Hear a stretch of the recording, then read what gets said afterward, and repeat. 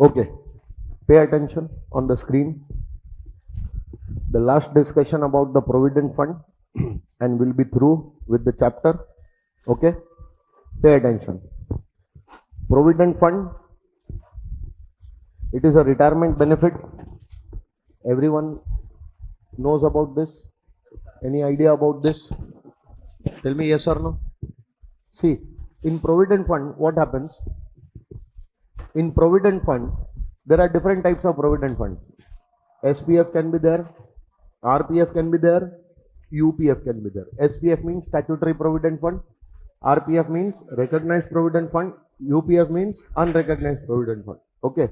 Now, we will not get into the details that what is SPF, what is RPF, what is UPF, because that differentiation is not asked in the examination. We will be more concerned about what? The tax treatment. Okay.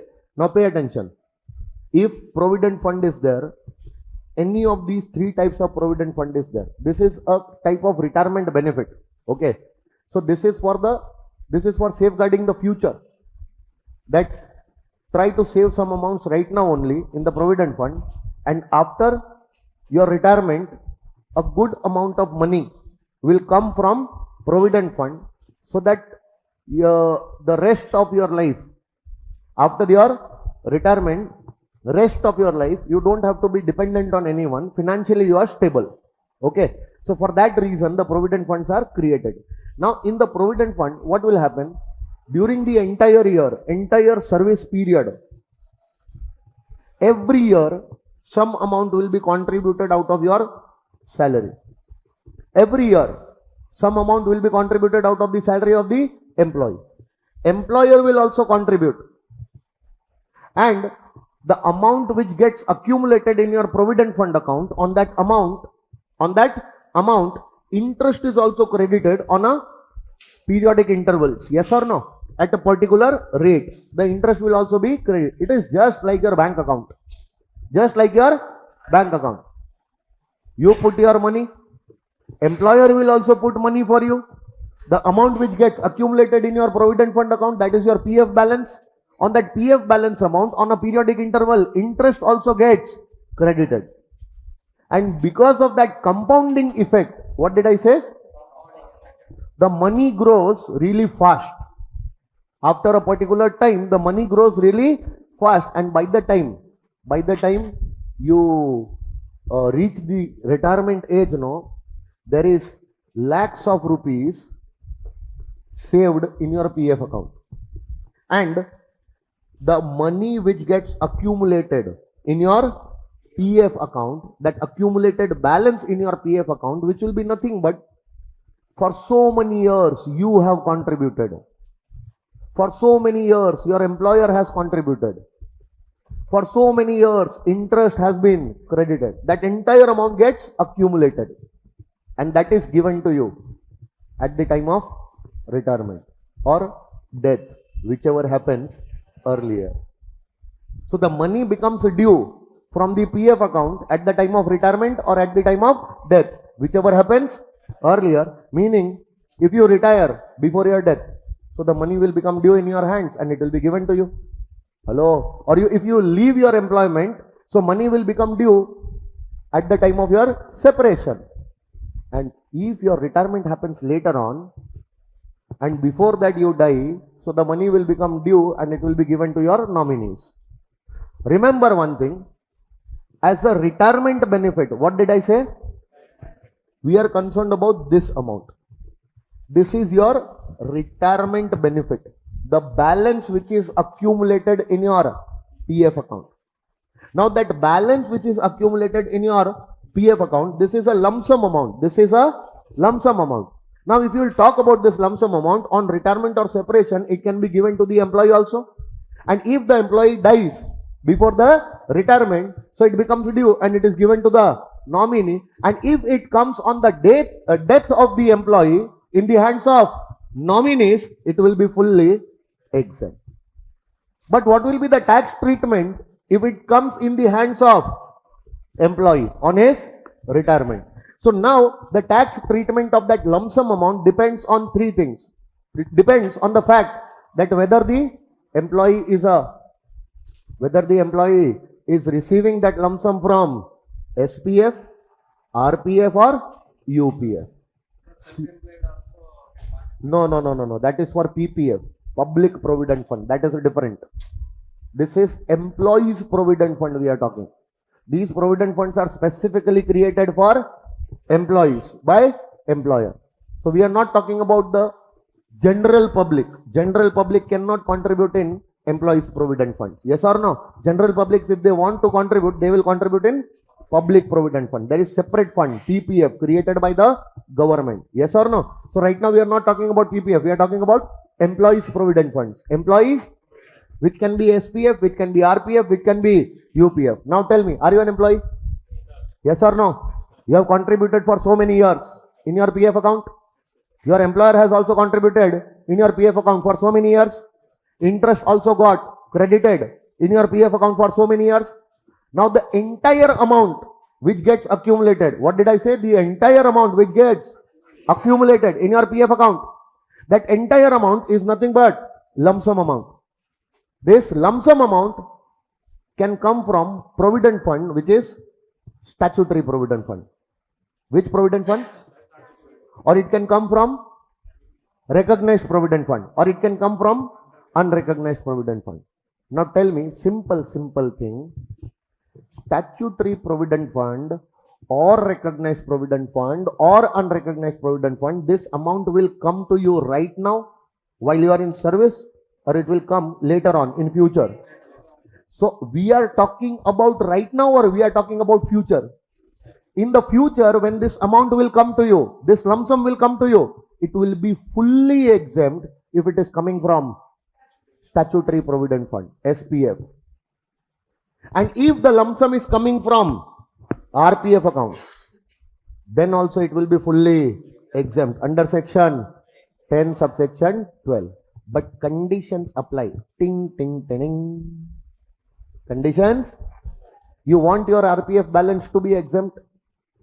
Do you want your RPF balance to be exempt? Under section 10 subsection 12, the exemption will be given, provided you are covered in following situations. In the following situations only, the lump sum from RPF will be fully. But if you are not falling in any of these situations, then the lump sum of RPF will be assumed as if it is coming from UPF. As if it is coming from, and it will be taxable in the same manner in which the lump sum of UPF is taxed. Meaning that if the lump sum amount is coming to you from UPF account, will it be exempt or it will be taxable? It will be taxable. Now it will be taxable in? Now that lump sum will be bifurcated into 4 parts. Now try to remember that lump sum contains your contributions for so many years. That lump sum contains employer's contribution for so many years. On your contributions also the interest is credited, and on employer's contribution also the interest is credited. So now what you are supposed to do? You are supposed to bifurcate your lump sum. You are supposed to bifurcate into 4 parts. Some part of the lump sum will be employee's contribution, starting from the year in which you have joined till today. How much amount you have contributed to your provident fund, that is employee's contribution for these many years. Yes or no? On the contribution of the employee for these many years, the interest would have been credited. Interest on employee's contribution. Now these many years employer has also contributed, and on the contributions of the employer interest would also be there. Getting my point? So lump sum will be divided into 4 parts. In the lump sum, employee's contribution will be there. Interest on employee's contribution will also be there. In the lump sum, employer's contributions will also be there. Yes or no? And interest on employer's contribution will also be there. Now remember, your contribution as an employee will be done from your salary only, no? First year salary, out of that some amount contributed to provident fund. second year salary, out of that some amount contributed to provident fund. Third year salary, from that some amount contributed to provident fund. Every year from your salary only some amount is contributed. Tell me, if your salary was 1 lakh in the first year, out of that 10,000 got deducted. You got how much? 90,000. This 10,000 deducted and it was contributed to provident fund. What was your taxable salary for that year? 90,000 or 1 lakh? Sure. In the second year the same thing will happen. Third year also the same thing will happen.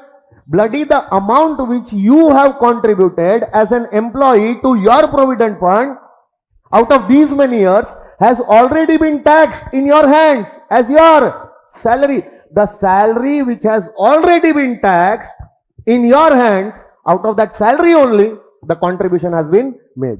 Now that contribution coming back to you will not be again treated as your income, because it is already considered as your income in the earlier years, which has already suffered tax in the earlier years.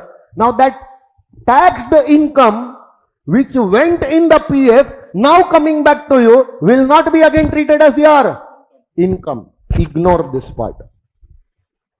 All the employees' contributions in the lump sum, yes or no? All the employees' contribution in the lump sum coming back to you will not be again treated as your income. Ignore this part. But don't you think that on your contributions, interest was also given? On your contribution, interest was also credited. Now in the lump sum amount, whatever interest is there which relates to your contribution is something over and above your income. Something over and above. You contributed only 10,000. 10,000 is coming back. But it is not coming back alone. It is bringing some interest also. So that interest which is coming on your contribution, it is as good as amount invested in provident fund, and on that investment you are getting what? Interest in return in the form of interest that will be taxable for you under the head IFOS. Employer is not giving you this amount. This amount, your money invested in provident fund, that investment is earning this income in the form of interest. So any return on investment in the form of interest has to be your income from other sources. So from your lump sum, what did I say? From your lump sum, whatever employee's contribution is there, your contribution is there, coming back to you, yes or no, as a part of your lump sum, will it be treated as your income? No, ignore. But on that, whatever interest is coming, that will be treated as your income, taxable under the head IFOS. Yes or no? Yes or no? Now last one. Employer was also contributing. So in the lump sum amount, in the whatever contributions of employer is coming back to you. For these many years, employer did not give you this much salary. This much salary was contributed by him to your provident fund. If he would have given that amount in your hands, it would have been taxable as your salary. But did he give this amount in your hands? Or he contributed that amount in your PF? Contributed to PF. And along with that amount, interest also got credited. This amount also he would have given you in the form of salary. Two amounts. Whatever he is contributing and whatever interest on his contribution. Both the amounts, if he would have given in your hands rather than contributing there, it would have been taxable in the hands of employee as his. But did he give these amounts or he contributed these amounts? And now those amounts which are contributed by your employer and interest thereon, through that provident fund now coming to you. Can I say it is a profit in lieu of salary? It will be taxable under the head salary. So in your lump sum, in your whatever employer contribution is coming, along with the interest on those contribution, it is treated as your profit in lieu of salary, taxable under the head salary. I am not talking about the tax treatment which is to be given right now. I am talking about the tax treatment given at the time of retirement, when you will get this lump sum. So in the future, whenever you will get this lump sum, in the future, whenever you will get this, at that time, this lump sum will be divided into 4 parts. In that lump sum, whatever employee's contribution is there, ignore that. On that employee's contribution, whatever interest is there, that interest will be taxable in that year under the head IFRS. In that lump sum, whatever employer's contribution is there and interest on employer's contribution is there, that entire amount, including interest and contribution, including interest, yes or no, that entire amount will be taxable under the head salary as profit in lieu of salary. This is the treatment given right now or in future year.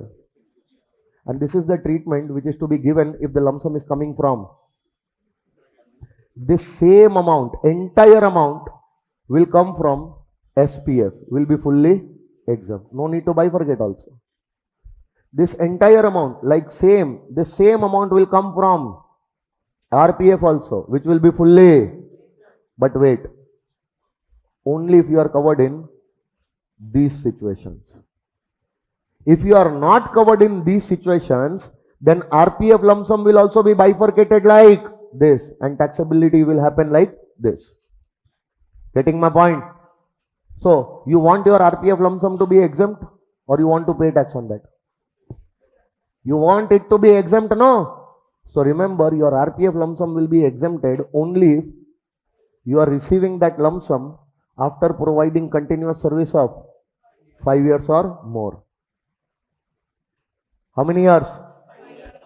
So have you provided continuous service of 5 years or more to your employer? Yes. And after that, if you are receiving that lump sum, no, from RPF, then that lump sum will be fully exempt. No need to tax. But what if the service is provided for less than 5 years? Then it should be taxable. Yes or no? But wait, if the service is provided for less than 5 years, then also the RPF lump sum can be exempted, but in these 3 situations only. In these, you provided your services for 3 years only. How many years? 3 years. And after 3 years, you are leaving employment. And the reason for leaving your employment within 5 years is not in your control. You are leaving because of a reason which is beyond your control, because of your ill health. The doctor has advised to take complete bed rest, hence you have to leave your job. The reason is not in your control, hence you have to leave. And hence, even if the RPF lump sum is coming to you within 5 years, still it will be exempt. Why? Because RPF lump sum is coming within 5 years for a reason which is not in your control. Because of you leaving the job, because of a reason which is not in your control. What if you resign from the job within 5 years? Can you say the reason is not in my control? Now you cannot say that reason is not in your control. It was in your control. You only resigned, no? Then it will be taxable? No. Then also it will not be taxable, because you are not taking that money of RPF in your hands, you are getting it transferred to your new employer. Now if you are joining some new employer, within 3 years, you left X Limited. You are working with X Limited. How many years you worked? 3 years. Within 3 years, you are leaving, resigning. The reason was in your control. Yes or no? You are resigning. So now within 3 years, if you are leaving, RPF balance for these 3 years should come in your hands. Yes or no? But instead of taking it in your hands, now you are joining Y Limited, new employer. Now the new employer who you are joining, that new employer is also required to maintain your RPF. Now you are telling your new employer, don't open my new RPF account I already have an RPF account with my old employer. Tell your old employer to transfer the balances, transfer the account to your new employer. With effect from now, your new employer will continue that account. So did you take that RPF balance in your hands within 5 years, or you got it transferred to your new employer? Now new employer will start contributing in this same account. Getting my point? Hello? But what if you leave the new employer also within 5 years? Now you will get the money in your hands. Yes or no? For example, X Limited you worked for? 3 years. After that you left X Limited. So RPF balance, did you take that RPF balance in your hands? No. You got it transferred to your new employer. Now who is maintaining that account? New employer. Now new employer, Y Limited was there. With Y Limited you worked for 3 years. How many years? 3 years. So you are leaving Y Limited also within 5 years. Yes or no? Now Y Limited will have to give you RPF balance. Now you are taking RPF balance in your hands from Y Limited. Will it be taxable? Will it be taxable? The answer is no. Why? Because Y Limited is not giving you only the RPF balance of 3 years for which you worked with Y Limited. No. Y Limited is giving you the RPF balance of 3 plus 3 because you got the RPF account of old employer transferred to new employer. So only your period of employment with Y Limited will not be considered. Period of employment with X Limited will also be considered. Now tell me, for how many years you worked with X Limited? And how many years you worked with Y Limited? 3 plus 3. So the balance which is coming to you in your hands is not for 3 years, it is for 6 years. It is after 6 years of employment. Even that will be fully exempt. Getting my point? Now tell me, if you are not giving a continuous service of 5 years or more, you are leaving within 5 years. Reason for leaving was beyond your control? No. It was in your control. You resigned. Oh. So you transferred the amount to new employer? No. You did not transfer it to new employer also. Then at least transfer it to NPS account. At least transfer it to. But if you don't transfer it to NPS account also, now what will happen? Now the amount is directly coming in your hands. This is known as premature withdrawal. This is known as within 5 years, if the RPF amount is coming in your hands, because you are leaving because of reason beyond your control? No. Are you getting the amount transferred to new employer? No. Are you getting it transferred to NPS account? No. Then now definitely the amount will come in your hands within 5 years. This is known as premature withdrawal. It will be assumed as if the amount is coming from UPF. And now that lump sum which is coming in your hands will be divided into 4 parts, and the taxability will happen exactly in the same manner. Will you remember? Hello? This was your PPF lump sum amount. This was your PPF. Sorry, SPF, RPF and UPF. This is your Employees Provident Fund lump sum amount. Yes or no? Now tell me, to get this lump sum, to get this in future, right now what you are supposed to do? Right now, employee will have to contribute. During his service, employee will contribute, as well as employer will also contribute, and interest will also get credited. So now we are talking about the current period. We have already discussed about the future, that in future, whenever the lump sum will come as a retirement benefit, that time what will be the tax effect? But to get that lump sum in the future, right now what are you supposed to do? Right now you are supposed to do contribute. So tell me, are you an employee? Are you an employee? Will you contribute to your PF in this year? Yes or no? So during the relevant previous year, you are in the employment. And while you are in employment, will you contribute to your provident fund in this year? From your salary. From where you will contribute? Your salary is 1 lakh. Out of that 1 lakh, 10,000 will be deducted and it will be contributed to your, how much amount you will get in your hands? But how much amount will be taxable? If that 1 lakh is taxable as your salary right now, in that 1 lakh, this 10,000 which is getting contributed is already taxed as your salary, no? So no need to give any effect under the head salary. Yes or no? Because entire salary is getting taxed and from that salary only the contribution is happening.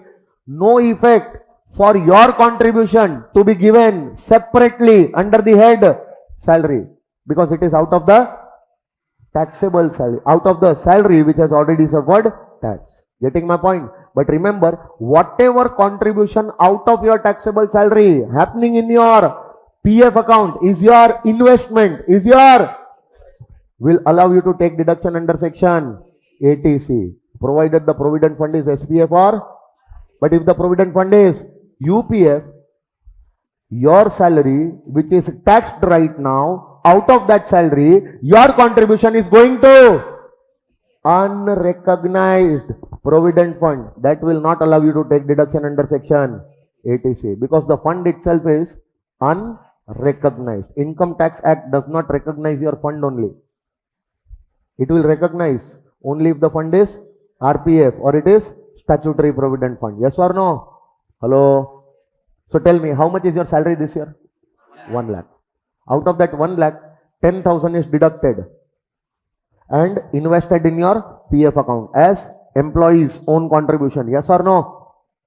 So for that, will you get any deduction under 80C? The answer is yes, provided the provident fund is SPF or RPF. If the provident fund is UPF, no deduction will be available under 80C.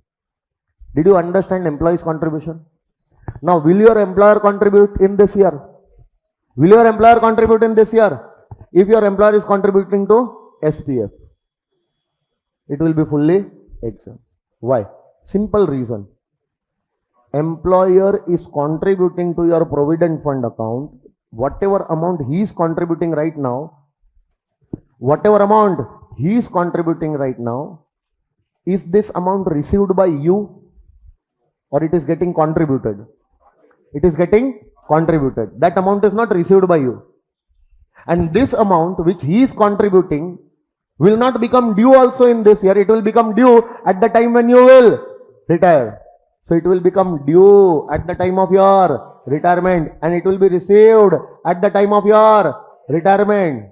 So right now, when the employer will contribute, why to charge this amount right now in your hands? It is not becoming due. It is not received in this current year. Hence, it is not taxable in the current year. It will become due as a part of lump sum. This amount which employer is contributing right now will become due as a part of lump sum and it will be received as a part of lump sum when you will retire. That time the taxability will be seen. And that time also it is fully exempt. As a part of lump sum, if this amount will come, entire lump sum will be exempt. Getting my point? And right now also it is not taxable. Why? Because it is neither becoming due nor it is received. Will you remember this? Now tell me, if the amount is contributed by your employer to your UPF account, if the employer is contributing to UPF account, so whatever contribution employer has done to your UPF account, is it coming in your hands?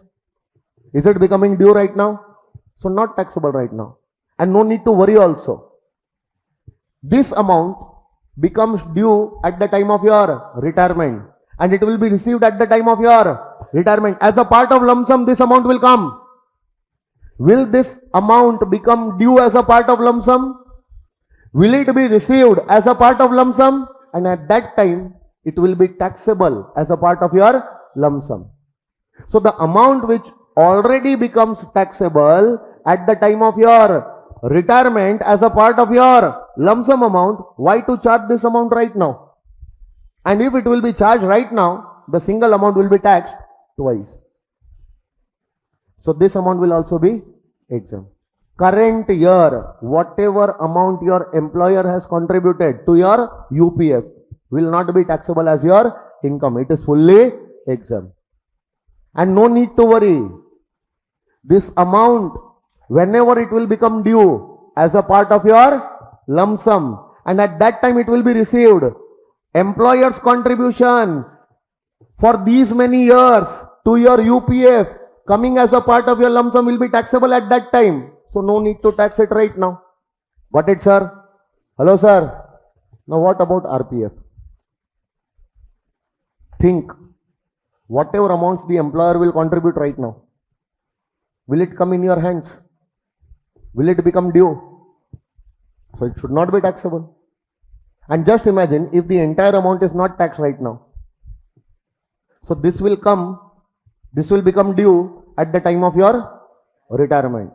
And it will be received at the time of retirement, whatever lump sum coming from RPF will also be fully exempt if you work for more than 5 years. Yes or no? So don't you think you will definitely work for more than 5 years? And after that, this entire amount will become due and it will be received at that time. And at that time, it will be fully exempt. So you applied some mind. You told your employer, don't pay me salary. Don't pay me too much salary right now. Some part of my salary, no, taxable salary, you contribute in my RPF. What will happen? See, if you will contribute some part of my taxable salary to my RPF, no. Have I received it? No. Has it become due? No. It will not be taxable right now. And after a few years, when I'll retire, as a part of lump sum I will receive it. It will be exempt that time also. This kind of arrangement can be done by you with your employer. So you will route your taxable salary through RPF to get it tax free. Getting my point? So there was a requirement to put a restriction over here. So what the law says? The law says that if during the previous year, if employer is contributing to your RPF and if his contribution is up to 12% of your salary, then it is legitimate. Then it is okay. The entire amount contributed by your employer will be exempt. It will not be taxable in this year because the contribution made by your employer is up to 12% of your salary. 12% of your salary, up to this amount the contribution is made by the employer, then it is okay. Employer is contributing 10,000 rupees per month. How much? Multiplied by 12. 1,20,000. So total contribution is 1 lakh. Now you will have to calculate this salary. Basic DA in terms, turnover commission. Basic DA in terms, turnover commission. This was 18 lakhs. Sorry, this was 15 lakhs. How much? 12% of 15 lakhs. What was your salary, friends? Salary was 15 lakhs. Basic DA in terms, turnover commission for the full year. It was 15 lakhs. 12% of that? 1,80,000. Meaning that your employer should contribute maximum 1,80,000 in this year. How much he is actually contributing? Which is less than 1,80,000? Fully exempt because it is within the limit of 12%. So this 1,20,000 contributed by employer in this year, which is within the limit of 12%, is not taxable right now because it is not becoming due and it is not received. Whenever it will be received as a part of lump sum, that time also it will not be taxable because lump sum is fully exempt. Yes or no? But wait, what if your employer is contributing 20,000 per month? What if he is contributing 20,000? 20,000 into 12 will be? And what was 12% limit? 15 lakh was your salary, 12% is the limit. 15 lakh into 12%? 1,80,000. So your employer should contribute how much? Employer should contribute how much? But how much he is actually contributing? Up to 1,80,000. Nothing will be taxable because that is genuine amount. But how much excess contribution is happening? Now that 60,000 contributed in this year, which is in excess of 12%. So how much contribution is happening? Tell me. Here can I say 1,80,000 is genuine and excess is how much? 60,000, because total contribution is 2,40,000. Out of 2,40,000, 1,80,000 is up to the limit and excess is how much? Now what you wanted to do, you wanted to take this 60,000 taxable salary and you don't want to pay tax on this 60,000. So what you did? You told your employer to contribute this 60,000 of taxable salary in your RPF. Now how much is the total contribution? 2,40,000. Is it becoming due right now? No.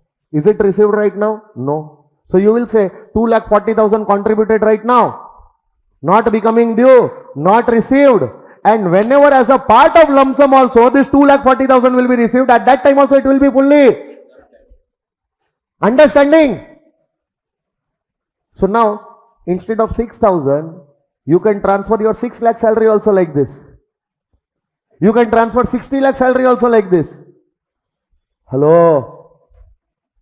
Entire taxable salary you transfer in RPF and then get it as a lump sum. Will you pay any tax? You can do such arrangements with your employer. So there has to be some restriction. Hence they have put the restriction of 12%.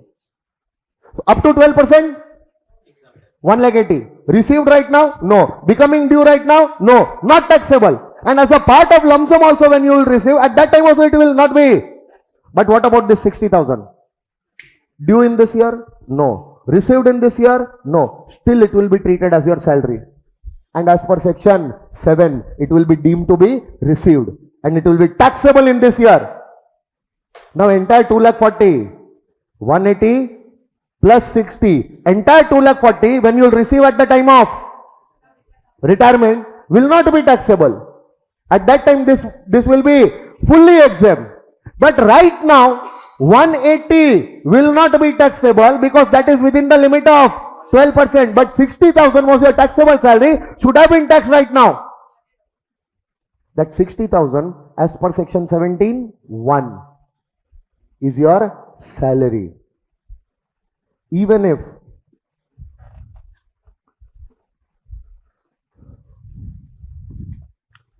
Praveen is there?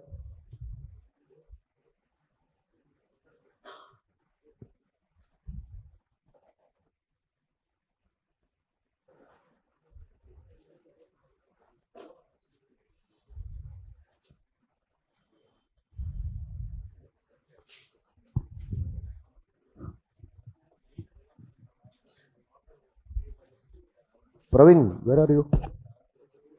Where are you? Come now. Come fast.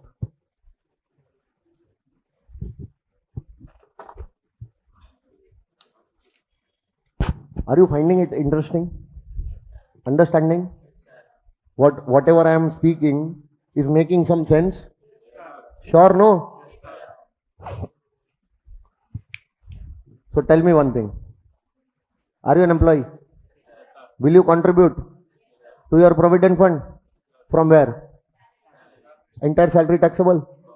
Entire salary taxable. From that taxable salary only you are contributing, no? From that taxable salary you are contributing. So whatever amount of salary which became taxable, from that only the contribution is going. No need to give any separate effect under the head salary. But do one thing, out of your salary, whatever amount contributed to your SPF and RPF, you will take the deduction under section 80C. But don't take the deduction for the contribution in UPF. That was your employee's salary, employee's contribution.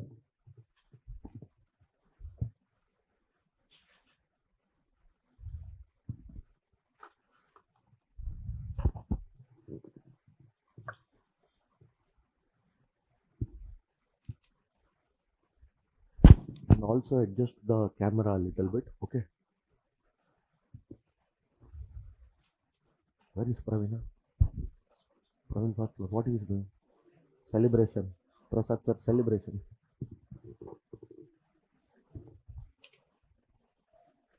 Network has gone, I guess. How come? Everything is red. See, HDMI splitter. No, that is red only. Okay, connection is at first floor. I guess some student might have done some.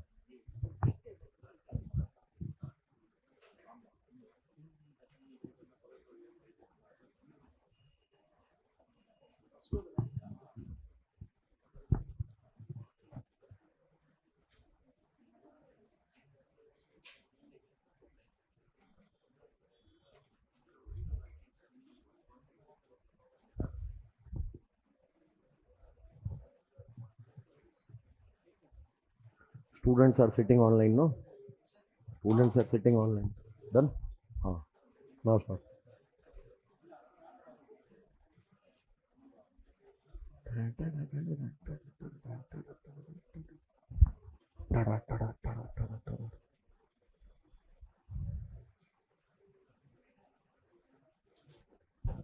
Okay.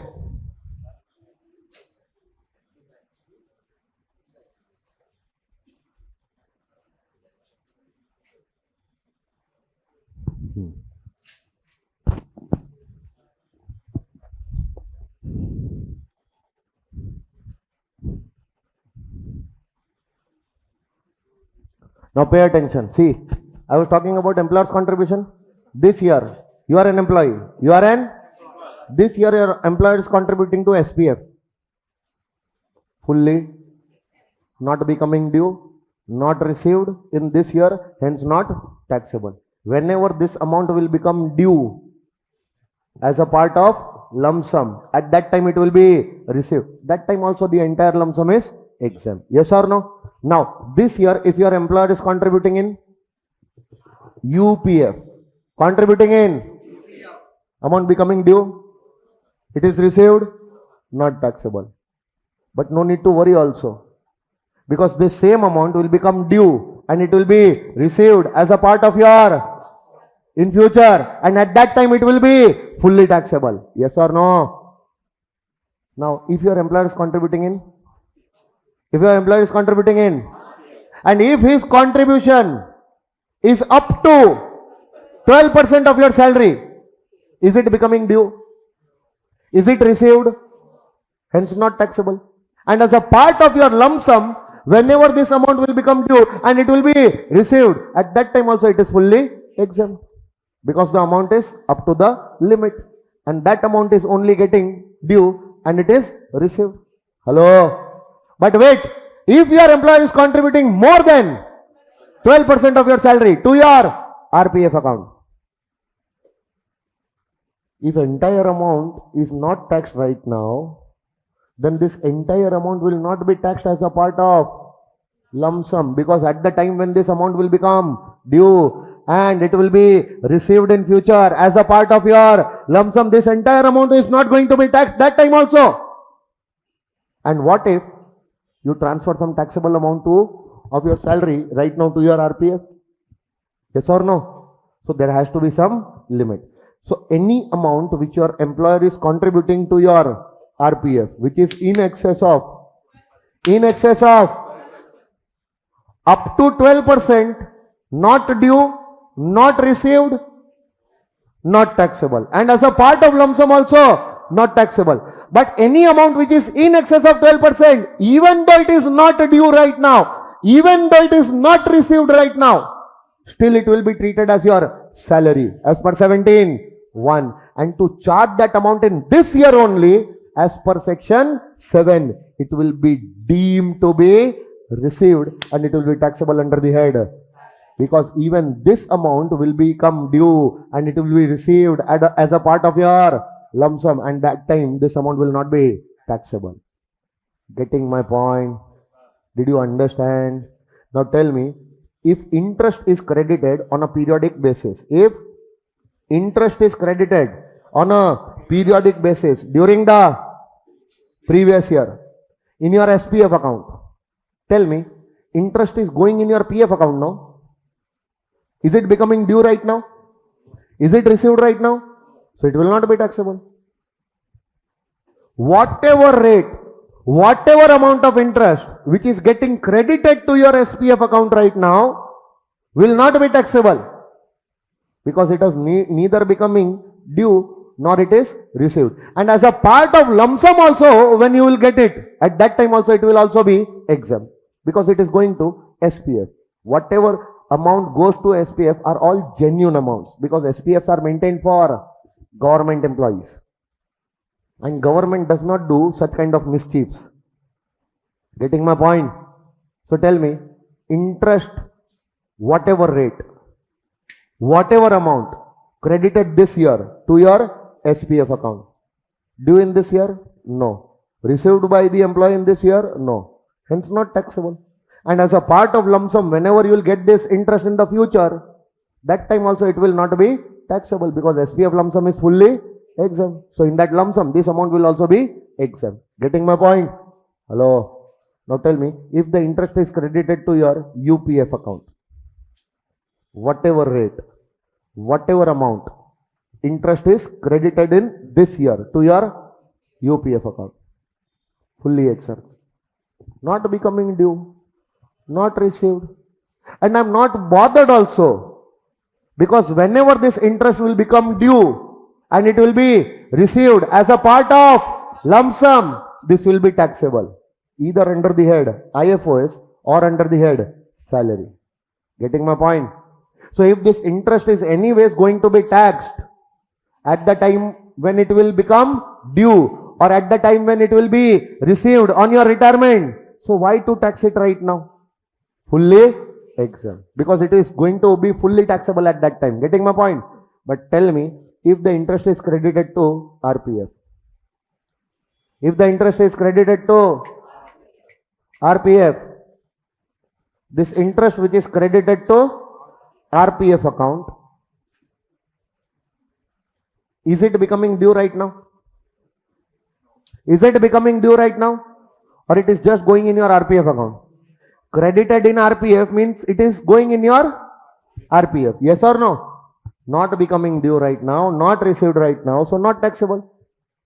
And this entire interest, whenever you will receive, whenever it will become due, and whenever it will be received, that time also fully. This situation is dangerous. Why? Because whatever interest will be credited, if that entire interest is exempted right now, why? Not due, not received, then that entire interest will become due and it will be received in the future. At that time also it will be fully exempt. So what the employee will tell the employer? Employer, don't credit interest at lower rate, lower amount. Credit interest at higher rate, higher amount, so that some part of my taxable salary also gets credited to RPF. Yes or no? And that amount I will get in future. That time it will be fully exempt, and right now also I will not pay tax on that. Can you do this with your employer? So there has to be some control. So what they said, any interest credited to RPF account up to 9.5% rate. Amount can be any amount. Amount can be, but that amount has to be credited at what rate? 9.5% or less. Then it is genuine. Not due right now, not received right now, not taxable right now, and in the future also, as a part of lump sum, it is going to be exempt. Yes or no? But tell me, if the amount of interest credited to your RPF account at a rate which is higher than, don't you think there is some problem here? Amount is credited at a rate which is higher than 9.5%. Definitely your taxable salary, you are getting it credited in the RPF account in the form of interest by doing this. So up to 9.5% interest will be calculated. That is genuine. That is not taxable. Neither becoming due nor it is received. And as a part of lump sum also it is fully exempt. Yes or no? But what about the interest which is calculated at a rate which is in excess of 9.5%? Even though it is not due right now, even though it is not received right now, as per section 17(1), it is your salary. And to charge it under this head in this year only, section 7 says that it is deemed to be received in this year only. And it will be taxable as a part of your, and this interest, whenever you will receive in future as a part of your lump sum, is going to be exempt only, no? Hello? So if the interest is up to 9.5% or excess, which is getting taxed right now, that entire interest will come to you in future. At that time also it is fully exempt. So right now, up to 9% we will exempt, but anything over and above that, we are going to tax it. Got it, sir? So now tell me, if the interest credited to RPF account at the rate of 8%, and this amount is 16,000. Sorry, 1,60,000. What will you do? Right now this 1,60,000 is credited in your RPF account. So this entire 1,60,000 will go to your RPF account saying that interest credited 1,60,000. It is calculated at what rate? Fully exempt. And as a lump sum also, whenever this amount will come, at that time also it is fully exempt. Getting my point? But what if this interest was, example, this interest was credited at 12%, sorry, 10.5%, and the amount was 1,05,000. Wait, is the interest credited 1,05,000? But it is credited at what rate? A rate which is higher than. If at 10.5% interest is this much, how much should be the interest at 9.5%? Can you cross multiply? So how much interest should go, but how much is actually going? How much excess interest is going? This excess interest of 10,000 will be treated as your salary for this year, taxable in this year, even though it is not due, even though it is not received in this year. 17(1) says that this is your salary, and as per section 7, this is deemed to be received in this year only. Getting my point? So it will be taxable, because as a part of lump sum, entire 1,05,000 will come to you at that time, and entire 1,05,000 will be exempt. So out of that 1,05,000, 95,000 will not be taxable right now, but excess 10,000 which is going right now, no, that will be taxable right now in the form of salary. Did you understand? This is your provident fund. Done. Now, after provident fund, there is a small concept of approved superannuation fund. But before that, see, you have been maintaining UPF account for so many years. Year 1, year 2, year 3, year 4. Now, after 4 years, there will be some balance in the UPF account. Employees' contribution for these many years. Employers' contribution for these many years. Interest credited for these many years. All the amounts will be there in the accumulated balance. Yes or no? Now, when the requirement will come, you will have to prepare RPF account also of your employee. Now, instead of creating new RPF account, what you will do? You will tell the department that department, I have already maintained provident fund account of my employees, but that is unrecognized. You just give the recognition to this account only. So now what will happen? Your unrecognized provident fund will now be recognized as RPF. UPF will now be recognized as, but recognition is not given from right now, it is given from retrospective effect. Retrospective. Now these balances which were there in UPF, now these balances will be transferred and will now be treated as. Now the same balances are treated as what? RPF, meaning the recognition is granted from year 1. But the treatment of RPF was not given from year 1. Year 1, UPF treatment was given. Year 2, year 3, year 4, UPF treatment was given. Do you remember? Any contribution by the employer for these 4 years, up to 12%, more than 12%, fully exempt because the contribution was going to UPF. Yes or no? Any interest credited for these 4 years, even if the interest is at the rate of 9.5% or more than 9.5%, would have been exempted because the contribution was happening in UPF. Now tell me, in these balances, for 4 years, if the employer's contribution was more than 12%, so excess contribution by the employer for these 4 years over and above 12% is there in this balance.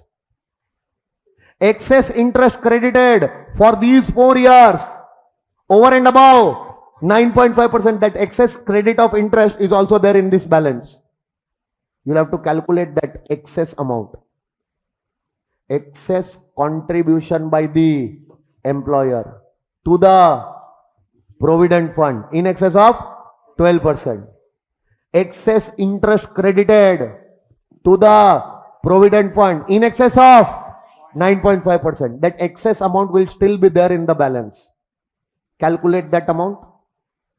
That amount will also be deemed to be received in this year and will be treated as salary for this year, and it will be taxable. Only then these balances will be treated as RPF balances. Because the moment you are transferring these balances to RPF balances, any excess of employer's contribution in this balance over and above 12% has to be taxed right now.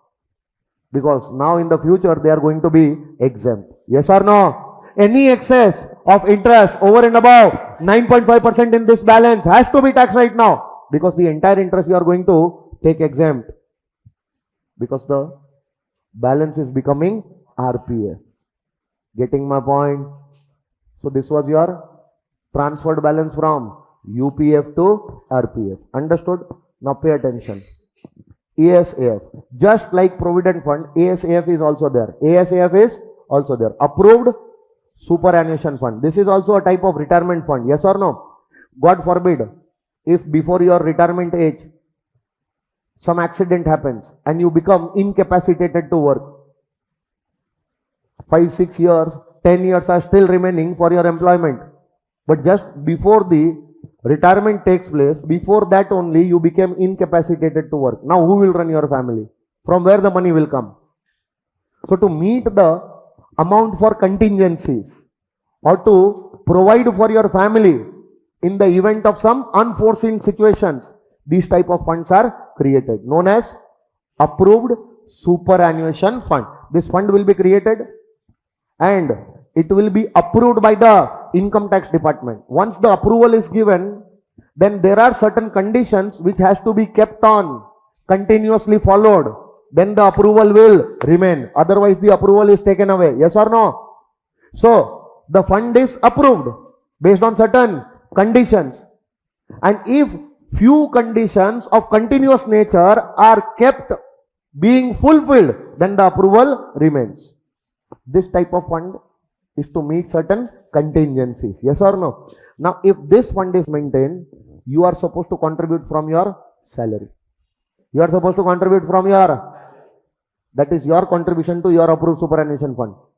Will be out of your salary. Entire salary taxable. Entire salary. And from that salary only, which has already suffered tax, your contribution is going. Tell me yes or no? No need to give any separate effect under the head salary, but for your contribution to your SPF account out of your salary, you are going to get deduction under section 80C. Just like you get for SPF and RPF, you will get for ASF also. Why? Because the fund is approved. Because the fund is approved. Getting my point? Now, will your employer contribute here? Yes. Just like you, your employer will also have to contribute. But what will happen with the employer contribution? Just give me 2 minutes, I'll tell you. Now, periodic basis, interest will also be credited. Whatever interest credited, at whatever rate it is credited, yes or no? It will be genuine interest only, because one of the conditions to give the approval is that interest, unnecessary credit of interest will happen, then the approval will be taken away. So definitely, if it is approved, then genuine interest is getting credited. So whatever interest which is getting credited to ASF will be fully exempt. And at the time of superannuation, unforeseen event, if amount comes from ASF as lump sum, accumulated balance in the ASF is given at the time of superannuation, at the time of some unforeseen event. If that lump sum is given at that time, that is fully exempt under section 10(13). There is one section which says that lump sum from ASF is fully exempt. So employees contribution deduction under 80C. Interest credited fully exempt. And the lump sum from ASF is also fully exempt. Now we have to discuss about employer's contribution to ASF. Employer's contribution to. Now see, employer is contributing to ASAF. ASAF account. Okay, no? This much contribution happened. Now earlier what used to happen? Earlier employer's contribution to ASF up to 1,50,000 was not taxable.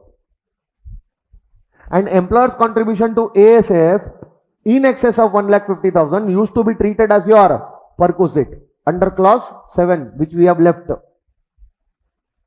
But few years back, 3-4 years back, they came up with an amendment here. They said that any contribution by the employer to the approved superannuation fund will not be checked in isolation now. Will not be checked alone. Now, this will be checked along with the employer's contribution to RPF account also, employer's contribution to NPS account also, and if all these three amounts, aggregate of these three amounts, if it is up to 7,50,000 per annum, then nothing will be taxable. Then it will not be treated as a perquisite and it will not be taxable. Remember, the individual effect of RPF has to be given separately. Individual effect of NPS has to be given separately. But whenever you are talking about ASF, those two amounts will also be added to determine whether the amount of ASF is getting taxable or not as a perquisite. Getting my point? RPF in excess of 12% is taxable separately. NPS contribution by the employer, whatever amount will be contributed will be fully taxable. Yes or no? That two individual effects you are supposed to give separately. But whenever you will talk about employer's contribution to ASF, that will not be seen alone. That will be seen along with those two contributions happening in RPF as well as NPS. So all the three contributions taken together, your ASF contribution along with these two contributions, your ASF contribution along with these two contributions, if it is 7,50,000 or less, then it will not be treated as perquisite. Nothing will be taxable. Yes or no? Then it will be taxable or not taxable? Not taxable. Not taxable, meaning that it will not be treated as your perquisite under clause 7. It will not be treated as your perquisite. Now what if this aggregate amount is more than 7,50,000 per annum? Possible. If this aggregate is more than 7,50,000 per annum, what will you do, you know? Up to 7,50,000, up to, not a perquisite, not a perquisite, clause 7, it is not a perquisite, so it will not be, now, can I see excess amount? Now this excess amount of the aggregate amount in excess of 7,50,000 will be treated as your perquisite, and it will be taxable under the head. And remember, on this excess amount, on this, which is already treated as your, on this excess amount, whatever interest is there, on this excess amount, whatever interest, whatever dividend, whatever accrual of income happens on this amount also will be treated as your perquisite under section 17 to 7A. So as per clause 7, this excess amount is perquisite. On this excess amount, whatever interest, dividend, accrual of income happens, even that interest, dividend or accrual of income on this excess amount will also be treated as your perquisite. Clause number 7A. Will you remember? Hello sir. So ASF, employer contributes. Will you take it alone? You will also add employer's contribution to RPF during the year, employer's contribution to NPS during the year. Now check this aggregate. For the purpose of employer's contribution to ASF, these two things taken together along with employer's contribution to ASF, if that amount is up to 7,50,000 per annum, nothing will be taxable, no perquisite arising. Hello? But if that amount, aggregate amount is more than 7,50,000, up to 750, nothing will be taxable. Anything over and above 750 will be taxable as your perquisite. And on that excess amount, which is already considered as your perquisite, if any accruals are happening in the form of interest, dividend or any other income, yes or no, even that amount will be treated as perquisite under clause 7A. If I would have taught you this thing that time, you would not have understood only. So this is taught with ASF. Done. Those two perquisites also done. This ASF concept is also done. Will you remember this? See, the same thing I have told you. What is this? Employer's contribution to ASF, RPF, NPS, all taken together. Up to 750, it is not a perquisite. More than 750, then up to 750 will not be perquisite. Excess amount will be treated as perquisite. And on this excess amount, whatever interest or accretions are happening on such excess amount, that will also be separately treated as your perquisite. Done, sir? Now, see, if your employer is contributing to your NPS, NPS is National Pension Scheme. NPS is?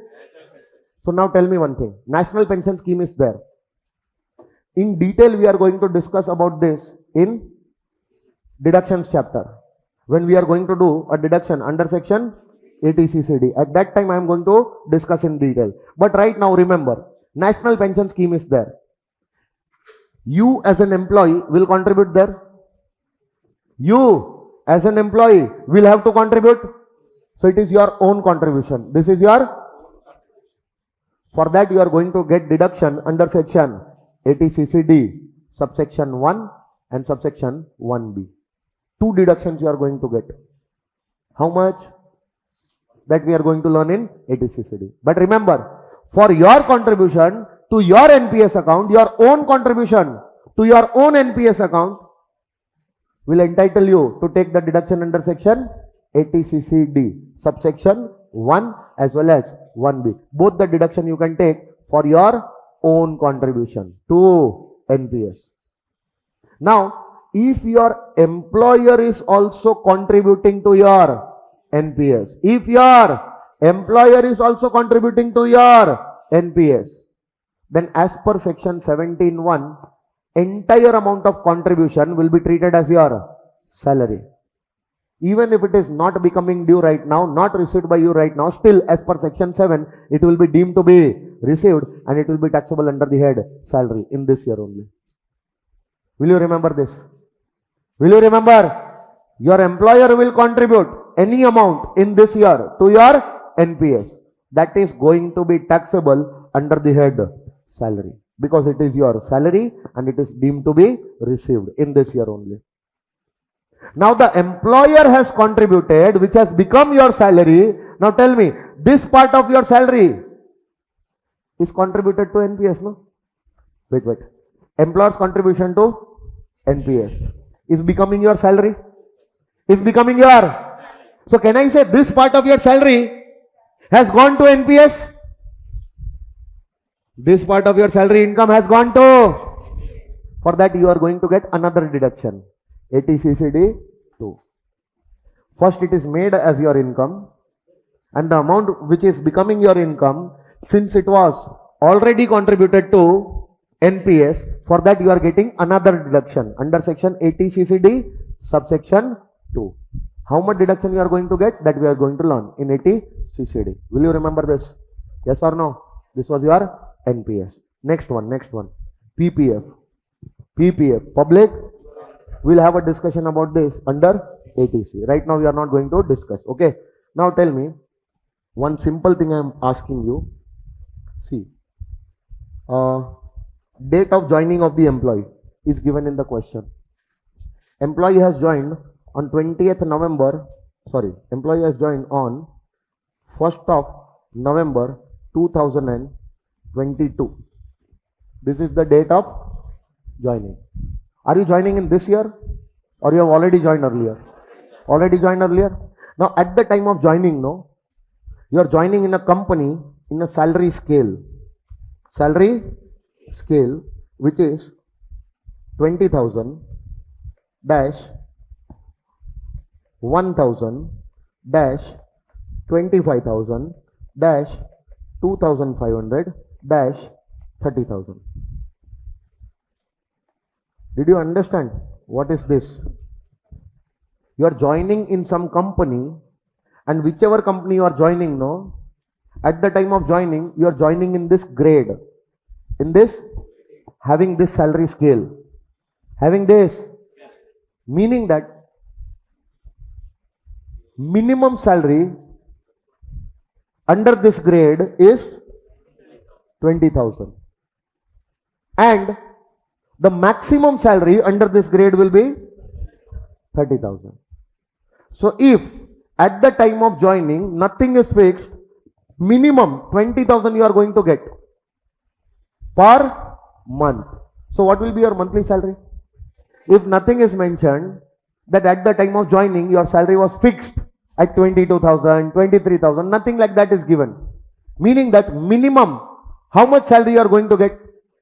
So first year of your employment you are going to get? So tell me, first year of your employment you are going to get 20,000. Okay, no? 20,000. So 1st of November 2022, your salary will be 20,000. Now, first year of employment will get over on 31st of October 2000. This is your first year of employment. Monthly salary will be? Now, the second year of your employment, you are going to get increment. Your salary will increase. 1,000 rupees will be the increment. So second year will start from 1st November 2000 and the second year of service will be till 31st October 2000. For the second year, your salary will not be 20,000. 1,000 increment will be given. Your salary will be. Third year, 22. Fourth year, fifth year. Till the time your salary is not 25, every year you are going to get an increment of. The moment you will get 25,000 per month. Yes or no? And in the next year, now your increment will not be 1,000. Now your increment will be. So after 25,000, your salary will not become 26. It will become 27,500. Hello, sir. It will become then 30,000. And the moment you will reach 30, no, you will be promoted to higher grade. You will be promoted to, for these many years, you will have to stay here. This will be the scale in which you will be getting the salary and increment along with these benefits which are associated with this grade and this scale. And the moment you achieve the highest salary in this grade, your promotion becomes due. And you will now be promoted to higher grade, having higher salary scale, higher benefits. Getting my point? So in big organizations, no, this system is followed. Now tell me, if you have joined on 1st November 22, at the time of joining, what is your salary fixed? Nothing given in the question. So we will assume that at the time of joining, you are joining at 20,000. You are joining at. So what will be your salary for first year? 20. What will be for second year? Now, third year will be 1st November 2024 to 31st October 25. This will be the third year of your service. What will be your salary here? And you are not going to go beyond that. Why? Because your previous year is already covered. What is your previous year? What is your previous year? It will start from 1st April. Don't you think 1st April 2024 will come here? And it will end on 31st March 2025 will come here. So your previous year is already covered. Now from this detail, tell me how much basic salary you are earning in your previous year. Can I say from 1st April till 31st October, you are getting? So April to October, how many months? April, May, June, July, August, September and October. For 7 months of the previous year, you are going to get 21,000. Now in the previous year only, you got an increment and your salary became 22,000 from 1st November. So from 1st November, now your salary will become 22 till 31st March. November, December, January, February and March. Now your salary will be 22,000. Can I say 22,000 into 5? That is how much? 1,10,000. 21,000 into 7. 1,47,000 plus 1,10,000. 2 lakh. This will be your basic salary. Sometimes in the examination, they will not directly give you basic salary. 50,000 per month, 30,000 per month. No, they will give you salary scale. And from this salary scale, you are supposed to determine the basic salary for your previous year. And if this amount you don't calculate properly, no, every other amount will be wrong. Because every other amount will be based on basic salary. Got it, sir? Now wait. If they tell you that at the time of joining, at the time of your salary was fixed at 24,000. Possible? Now the question is specifying that you are joining in this grade only. You are joining in this grade, in this scale. But at the time of joining, your interview was good, you are already experienced, so you will not join directly at 20. Employer fixed your salary between this range only, but he offered you a salary of 24,000. So now instead of starting at 20,000, you will start from 24,000. Yes or no? Then the next increment you are going to get 25,000. And after that, increment of 2,500 will be received. So your salary will be, so 25,000 into 7 and 27,500 into 5.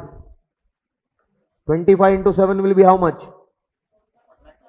1,75,000. And 27,500 into 5. 137,500. This plus this.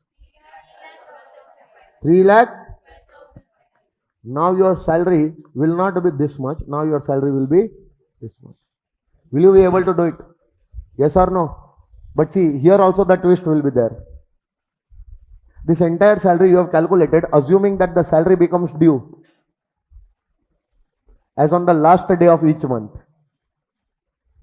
But if the examiner tells you that salary for each month becomes due on the 1st of next month, salary of every month becomes due on the 1st of the next month. See, problem will be, tell me, April month to October month, what is your salary? It will become due in this year only. April month salary will become due on 1st May. May month salary will become due on 1st June. June month salary will become due on. Every month salary will become due in this year only. April to October. Tell me, November salary will become due. November salary is 27,500. It will also become due in this year. December also this year. January also this year. February also. Tell me, in the March month, how much is the salary? It will become due in the next year. It will become due in the and also received in the. So the salary which does not become due in my previous year, it is not received in my previous year, becomes due in the next year. Due or receipt, whichever is earlier. Due happens in the next year. So it has to be taxed in the. So March month salary 27,500 I will not take. I will take till only February. So here, instead of 27,500, this will be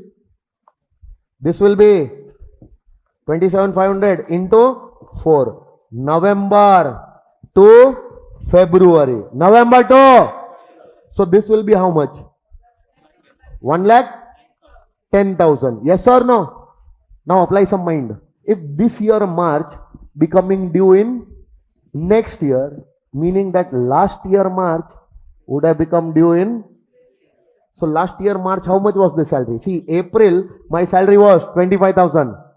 So prior to April, March also my salary was. So March month of last year, the salary will become due in this year. So tell me, here instead of 25,000 into 7, now it will be 25,000 into 8. How much is this? 2 lakhs. Yes or no? So 2 lakh plus 10,000 will be. Now if you would have got 3,12,500, your answer would have been wrong. Your salary in this case will be 3,10,000. Got it, sir? So this was the difficult concept. This was the last concept which we have completed. With this, the salary chapter is over. Okay. Now, I have covered each and everything of salary. I have not left anything in option. I have covered each and everything. Especially, we have discussed those things in detail where the problem can be faced by you. Okay. What is your duty now? Go home and sleep, na? Go home, sleep. Why? Because we are not supposed to give the exam. Sir is supposed to become a chartered accountant again. So he is going to give the exam. So let him study. Because he is teaching also. So studying suits him only, no? We are not supposed to become a chartered accountant. To become a CA, what will you have to do? Give the exam. To give the exam, what will you have to do?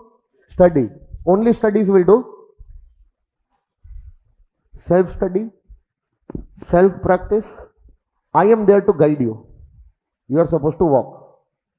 I will tell you, go this way, take a left, take a right, your destination will be in front of you. You are standing here only. Assuming, I will go straight, I will take a left, I will take a right, and I will reach. If you are there only, no, you will never reach. For that, you will have to take a first step. And if you are not taking that, my dear friends, it is a vicious circle in which you are into right now. After Jan, it will be May. After May, it will be September. After September, again it will be Jan. Then September. Then Jan. Then May. Then this will be a vicious cycle. You will never come out of it. Earlier, no, when there was 6 months time for an attempt, people were a little bit serious. Now the seriousness is completely gone. Why? Every 4 months you get an attempt. No, I will skip this time. 4 months, no, counts a lot. If you will become a chartered accountant 4 months early, no, you will earn 4 lakh rupees. Because minimum salary which a chartered accountant will get will be 1 lakh. So you're losing that 4 lakh rupees of opportunity. Every 4 months you are losing it. And I've told you earlier, if you will not pass in this attempt, no, if you will not pass in this attempt, May will be pathetic for you. The things are going to change. There are lot many amendments which are going to come. How will you cope up with those amendments? For that again you will come for the intense batch and again you are going to do the same thing. I'm telling you repeatedly, repeatedly. See, you are not supposed to do the hard work till the time you die. No. At least do the hard work when it is actually needed.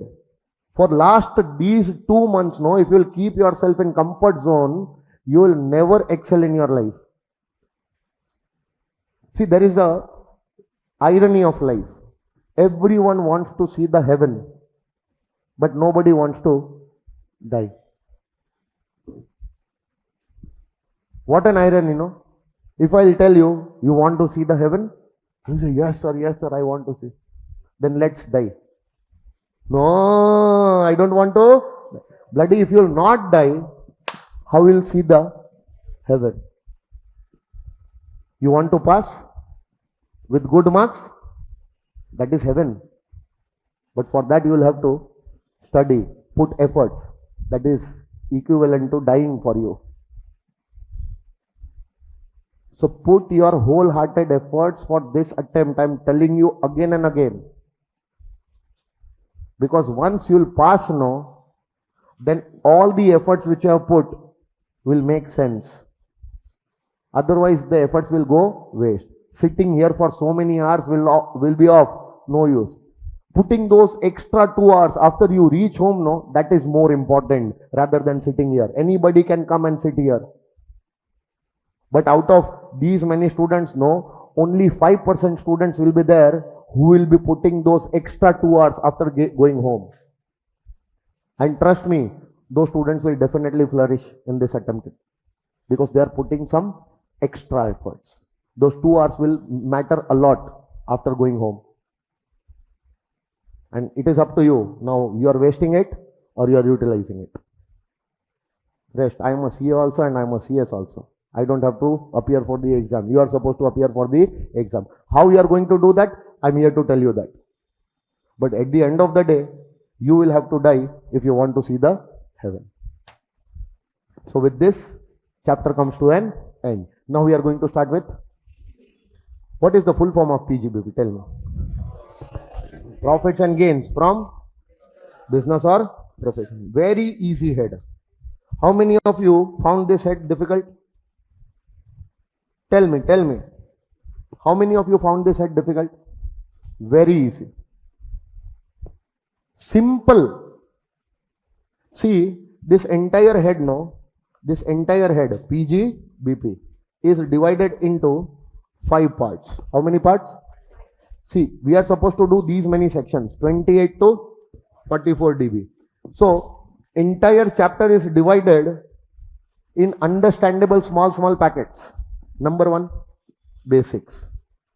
Once you do the basics, no, you will come to know that which incomes will be charged under the head PGBP. Which incomes will be charged under the head PGBP. You will come to know.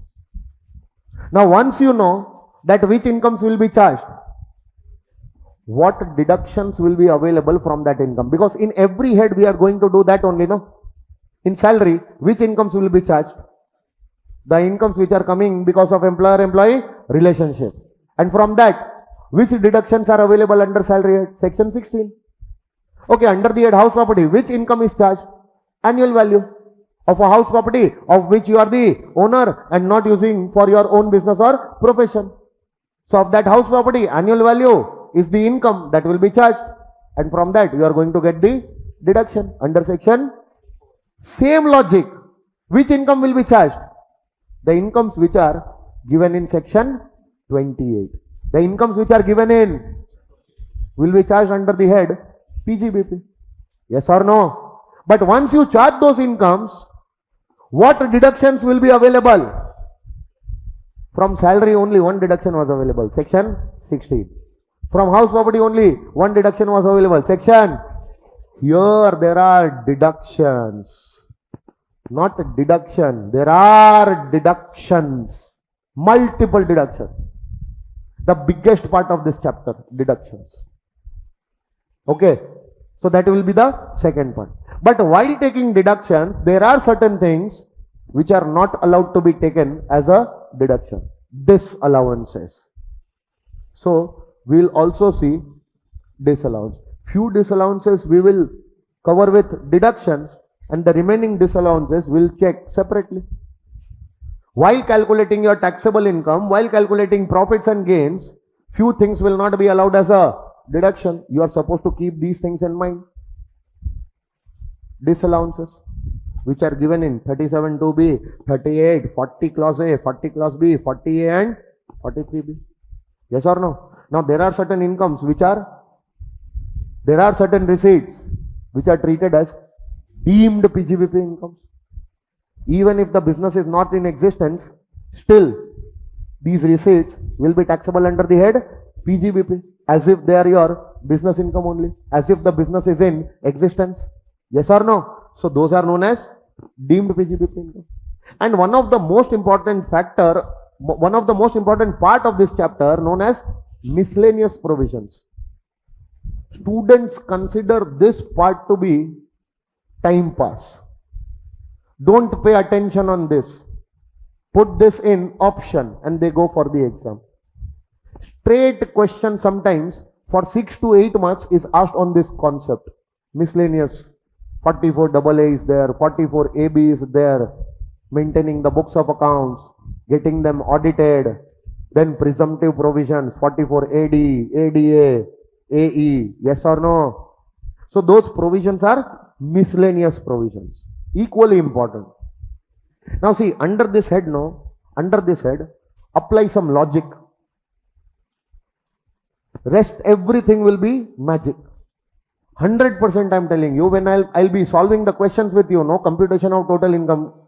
In that computation of total income, the first question which comes for 15 marks, main question, yes or no, that is on computation of total income. In that question only, you'll see PGBP. Without PGBP, there is hardly any attempt in which the computation of total income they have asked. Whenever there is a computation of total income, in that question, 100% this chapter is asked. This chapter, the concept of PGBP is asked. And if you are not prepared for this, don't worry. You will not lose your compulsory question. You might lose other question also. Because it is not necessary that this is going to be asked in the compulsory. This is asked in the other questions also. And you might have given your exams. In the exams also, you might have realized that how important this chapter is. So out of 50 marks, if this chapter has a weightage of approximately 12 to 15 marks, how important this chapter has to be. Understanding? So pay your attention in this chapter. And trust me, after finishing with this chapter, you will be confident enough. I will solve a question with you on PGBP. Within 1 minute, the answer will be on your calculator. How much time? But for that, the reading of the question will be very important. How you read the question, how you interpret the question, what type of markings you are doing. If you do it in exactly the same manner, copy me. Whatever I will be doing here, copy me in your exams or while solving the question. 100% I am telling you, majority of the cases your questions will be correct, and within 1 minute you will also get the answer on your calculator. Then it will be just a matter of presentation, that how to present your answers. Getting my point? So be very careful. Now see, in the basics, I am starting the first part. First part of the chapter is basics. So in the basics first section is charging section. See, we are not supposed to get into too much details of this chapter because I'm going to teach you everything with logics. Don't get stuck in some, technical things, because we are going to become a businessman in this chapter. In the house property chapter, we were owner of a house property. In the last chapter, salary, we were employees. Now come out of that role. You are no more the owner of house property. You are no more an employee. Now you are supposed to become a businessman, professional. Think as if you are a businessman. Think as if you are a profession. You are doing some business, you are doing some profession. Yes or no? Now, if you are doing some business, you are doing some profession.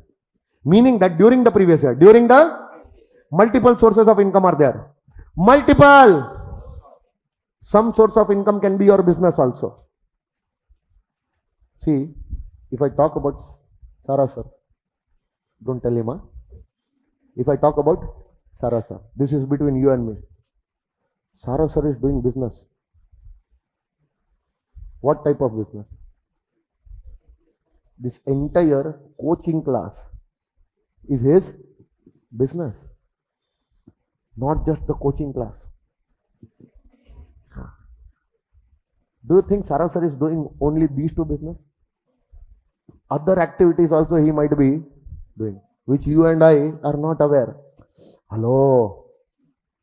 Any activity, done with an intention to earn profits, business. What is that? Any activity done with an intention to. See, profit may or may not arise. That is altogether a different thing. The activity might give profit or it might not give profit, but the intention for doing this activity was to earn. That activity is business. That's it. Will you remember this? Will you remember this? Now, if you are doing some profession, what is the meaning of profession? Simple. Some specific type of qualification you have taken. And while acquiring that qualification, you acquired some skills.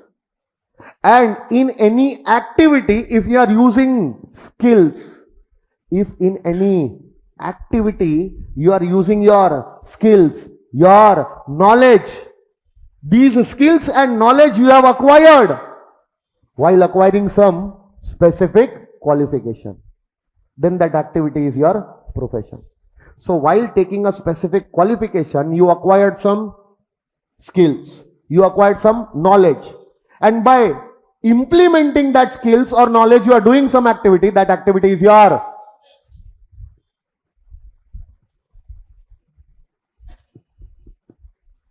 I am a professional. This activity which I am doing right now is my profession. Teaching. While taking my qualification of a chartered accountant, I acquired some skills, I acquired some knowledge which I am using for my CA practice. The knowledge which I have acquired, I am using for teaching. My CA practice is my profession, my teaching is my profession. Yes or no? Doing this profession, whatever income I will get will be my PGBP income. Hello? Whatever Sarasar is earning, KS Cafe, running this class is what? PGBP income. Look around you. Everywhere you will find business. Everywhere. A small shop owner is also running that shop with an intention to earn profits. Even he is doing business. A big industrialist running a huge factory, manufacturing products with an intention to earn profit. Even he is doing business. All around you, there is business. You just have to see that. If you see that, you will feel it. And if you will feel it, you will automatically start imagining, oh, how he is earning income. Oh, this way, he will be earning. What type of expenses might be happening in his business? If you will develop that kind of mindset, no, this chapter is just a piece of cake for you. Very easy, very easy. Okay, so now tell me, do you know what is business now? Do you know what is profession? Sometimes skills you have, knowledge you have, but without any specific qualification, you develop those skills, that knowledge. Playing cricket, singing, making clothes, tailoring. That does not require a specific qualification. Institute of Chartered Cricketers of India is an institute which conducts 3 exams: foundation, inter, final. Appear foundation, you will play Ranji Trophy. Then, after 2 years of Ranji Trophy articleship, you will appear for inter. And after you pass inter, you will be eligible to play IPL. After 3 years of playing IPL, you will be eligible to appear for final. And once you clear your final, only then you will become chartered cricketer. And once you become chartered cricketer, only then you are eligible to play for Indian cricket team. Is it some requirement like that? No specific qualification is required. The talent which you have might be God gift, or it will be developed through n number of years of practice. And you develop that skill, that knowledge. And by using that skill, by knowledge, you are doing an activity. That is known as vocation. That is known as, and even vocation is profession. Even vocation is. So all the businessmen, all the professionals, be careful. Your income is going to be charged under this head. Activity of vocation, activity of profession, activity of business during the previous year. From that activity, whatever profits and gains are derived from the activity which is business or and which is carried on by the at any time during the from this business or profession, whatever profits and gains are derived will be taxable under the head PGBP. This is the first income which will be taxed under this head. What? Profit and what?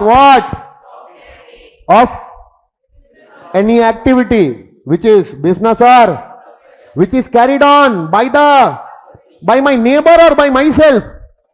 Assessee himself will carry on this activity, and this activity will be carried on by the assessee throughout the previous year, at any time during the previous year. So the activity need not be a continuous one. If it is continuous, very good. But even if the activity is not performed continuously, if it is performed for some time or even for a single time, that activity might result into some profit. That profit is going to be taxed under the head PGBP, because at any time it has to be carried on by the assessee. So any business, any profession carried on by the assessee at any time during the previous year, from this business or profession, whatever profit and gain will be there, that will be charged under this head. This is general charge. This is generally, this income is taxable under the head PGBP. But 28 clause 2 to clause 7 talks about certain specific type of receipts, incomes, which will be only and only be taxable under the head PGBP. These incomes will never go under any other head. These incomes will always be taxable under the head PGBP only. So there are two types of charge. Now in the PGBP also there are two types of charge. Capital gain also there are two types of charge, and other sources two types of charge, general and specific. What is generally taxable under this head? And there are certain special items which will be taxable only under this head. These items cannot be taxable under any other head. Yes or no? So the list of certain incomes, special incomes, starting from clause 2 to clause 7. If you find any of these items, any of these incomes, please bring those incomes under the head PGBP. Those incomes will be taxable only under the head PGBP. Will you remember? So only this incomes will be taxable under PGBP? Only this income will be taxable under the head PGBP, or something else will also be taxable? Yes. Profit or of your business or carried on by you at any time, this profit and gain will also be taxable, and these items specifically taxable under the head PGBP. Getting my point? Now, how to calculate taxable income under this head? How to calculate? Very easy. Take these incomes. These are taxable. And you are supposed to take the incomes of business or profession. Getting my point? Now from your business or profession, some incomes you are going to get. Please be careful and give me the answers. Proper answers I want. I don't want you to give me wrong answers. Give me the correct answers. See, what will be taxable under this head? Now, you are a grown-up person telling you that how to calculate profit and gain. Hello? Is not good. You must be knowing that how to calculate profit and gain. Don't you? How to calculate profit and gain? Simple, sir. Income minus expense. That even you ask a small child also, he will tell you that how to calculate profit and gain. How to calculate? Income minus expense. Sure, sir? So tell me, what are the incomes which are going to be taxed under this head? One by one. Number one, main incomes. of your business or profession. Then incidental incomes of business or profession. Then incomes covered under the specific charge of section 28. These incomes will also be taxable. Then there will be deemed PGBP incomes under section 41. Done, sir? Now tell me, in your business or profession, what will be the main income? Assume yourself to be doing some business, like selling this air conditioners, or manufacturing cloth, manufacturing t-shirts and clothes.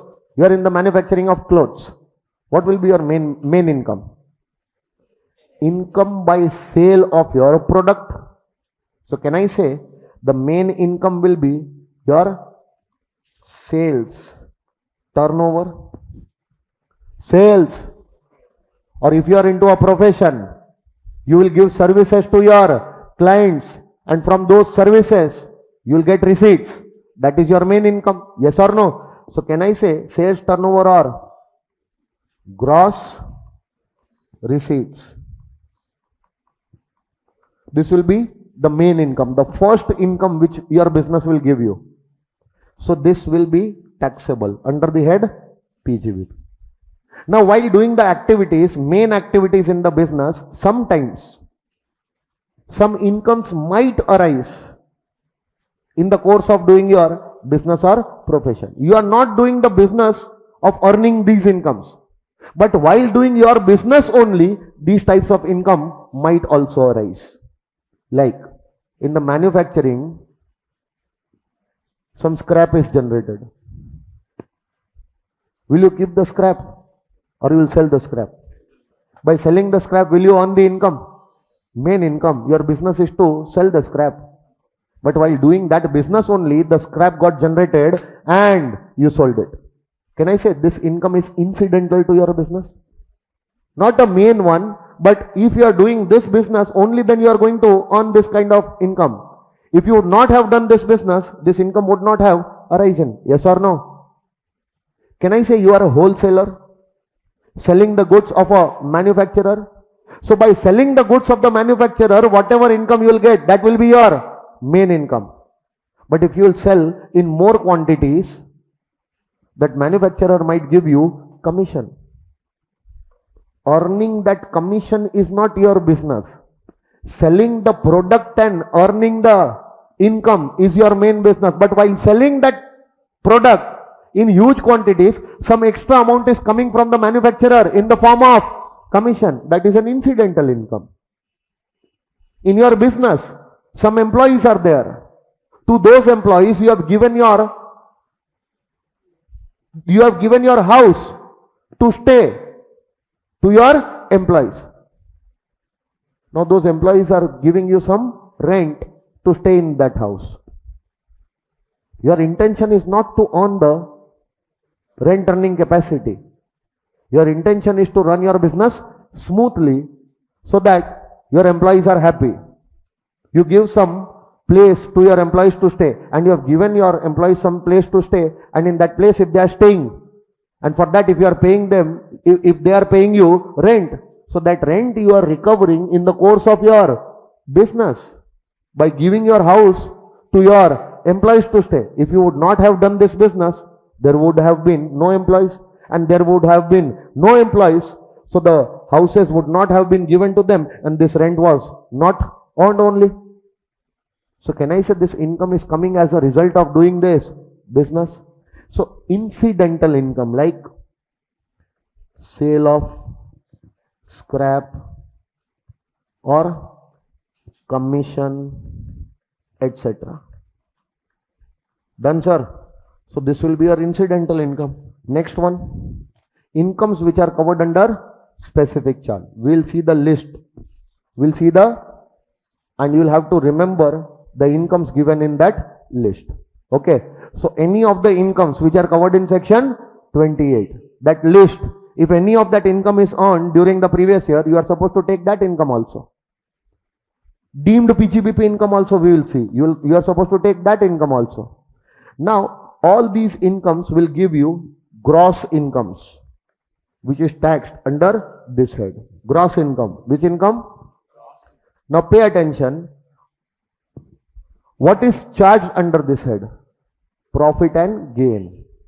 So to calculate profit and gain from this income, some amount will be reduced, less. Now what will you deduct? Less the expenses and items which are allowed specifically under section 32, 37, 1. Only those expenses and items which are given in section number 32, 37 are allowed to be deducted while calculating your profits.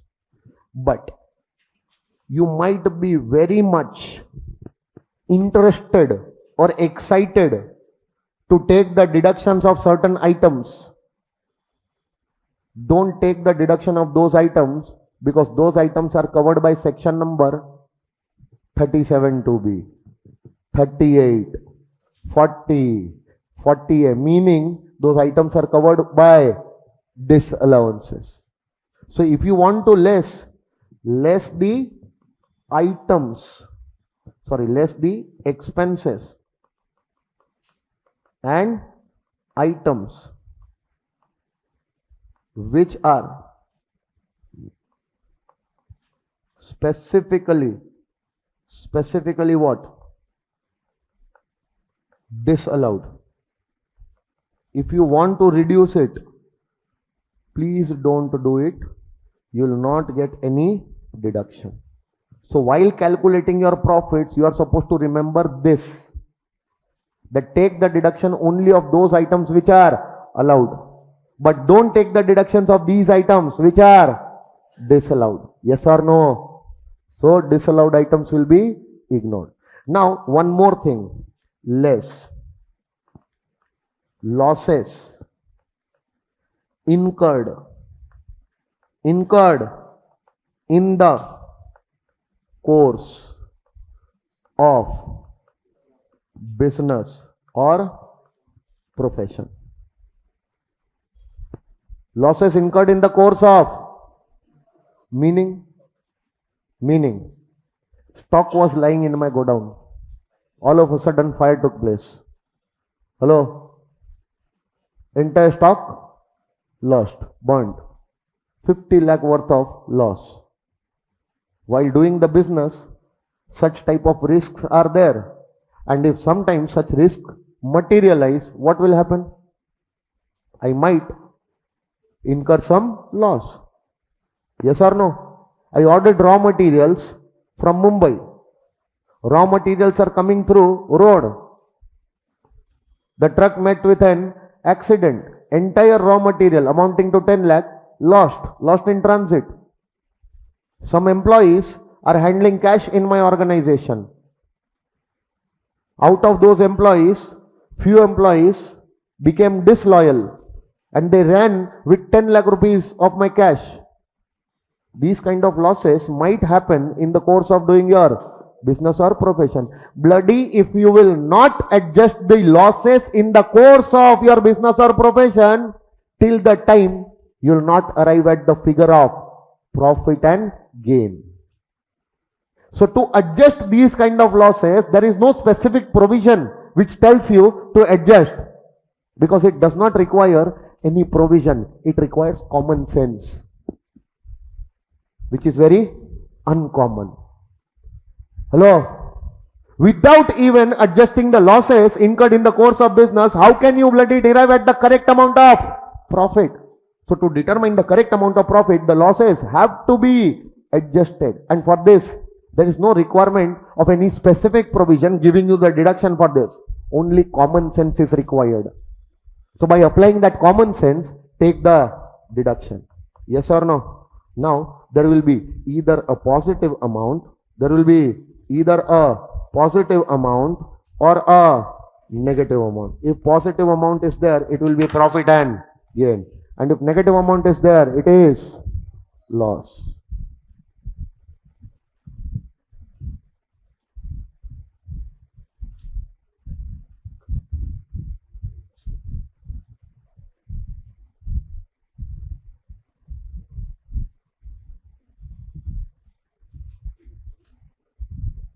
Understood? Everyone? This is the direct method of calculating your PGBP income. Few people may not be interested, but cannot help out. Okay. So, very sweet people are there. Okay. So, what will you do? Will you calculate your PGBP income like this? Yes or no? This is the most simplest way in which you can calculate your PGBP. This is what method? This is what method? Direct method. Now pay attention. We'll meet tomorrow and we'll continue from here, and tomorrow we have to finish many things in PGBP. But what I want you to do today at home, I'll forward these notes to you. Right away, on the way only I will forward, and I will make sure that these notes reach you early today. Today at home, I'll forward 3 to 4 files are there, 10 page, 8-9 page. Yes or no? All are from PGBP. Try to at least go through few of the pages so that you come to know that whether you are recollecting anything or not. See, I'll not be wasting much time in theory in this chapter. Why? Because ultimately common sense is required to solve the questions. And while solving the questions, I'll directly start solving the questions. Okay? And while solving the question, if there is some specific provision is there, I will explain that provision then at that time only. Getting my point? But the concepts which cannot be done in question, those concepts I will do separately. This way we'll be able to cover more things in PGBP in less time. Getting my point? So tomorrow we'll meet, same time, same place. Till then, bye.